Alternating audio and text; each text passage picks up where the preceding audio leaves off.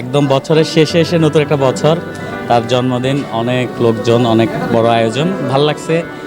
Overall খুবই ভাল লাগছে। হ্যাঁ, নতুন বছরটাকে বরণ করতে পারার একটা বিশেষ সবাই একত্রিত হতে পারছি এই সুযোগে, হয়তো সচরাচর হয় না, এবং হচ্ছে গিয়ে তার জন্মদিনটা আমরা খুব সুন্দরভাবে উদযাপন করতে পারছি, বেশি ভালো লাগছে। অনেক ঝড়ঝাপটার মধ্যে দিয়ে আমরা 2024 কাটাইছি, আর কয়েক ঘন্টা পরে আমরা 2025 টাচ করব।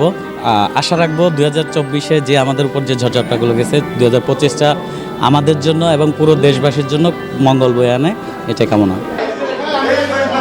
আমার বেস্ট ফ্রেন্ডের জন্মদিনে আসে আমার খুব ভালো লাগতেছে। সো মেয়ে ফ্রেন্ড বলতে আমিও একজন, এখানে কোনো মেয়ে নেই, যেটা সে দেখতেছেন সব ছোটো ভাইরা, বড় ভাইরা, ফ্রেন্ডরা আসছে।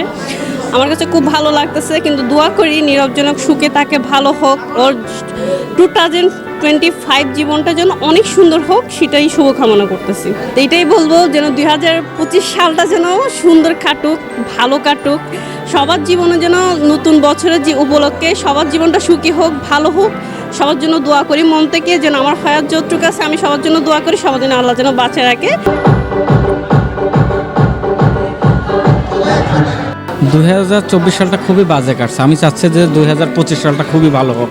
বিশেষ করে আমার ছোটো ভাই ব্রাদার, বন্ধু বান্ধব, আত্মীয় স্বজন যারা আছে সবাইকে নিয়ে নতুন করে সব কিছু শুরু করতে যাচ্ছি। ইনশাল্লাহ খুবই ভালো কাটবে এবং সেই প্রত্যাশাই করতেছি। অনুভূতিটা খুব উৎফুল্ল এবং খুব আনন্দদায়ক এবং খুব ভালো লাগতেছে। নীরব ভাই, আপনার জন্মদিন উপলক্ষে আমি জানাই আপনাকে শুভকামনা, এবং সামনের দিনগুলো যেন আপনার ভালো যায় এই জন্য দোয়া করি। আর আমাদের জন্য দোয়া করবেন, আমরা ছোটো ভাই, সবসময় পাশে থাকবেন।